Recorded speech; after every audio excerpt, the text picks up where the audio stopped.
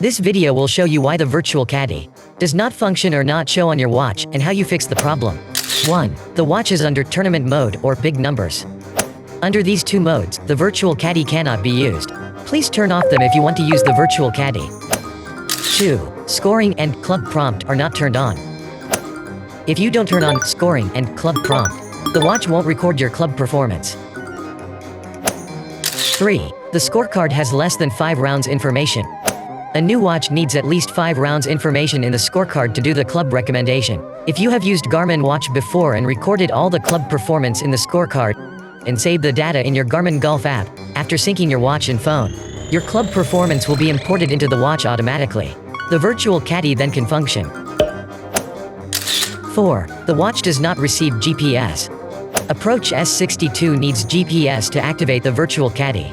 Because the data will be updated on your watch every 5 meters move, please ensure the GPS is connected. 5. Your location is different from the location the watch shows. If you are not at the location the watch shows, the virtual caddy will not function. 6. When you are on the green. If you are on the green, the virtual caddy will not function, because you have no need for the club recommendation at this moment. 7.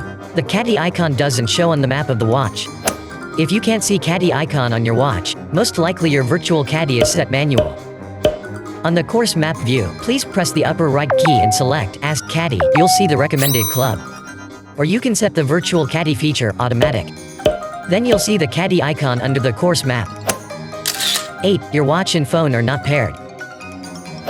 We suggest that you pair your watch and phone before using virtual caddy feature, so you can receive the newest club information, even if your watch and phone are not paired. With enough club information, the virtual caddy feature can function as well. However, it cannot measure the influence of the wind on the club and do further recommendation.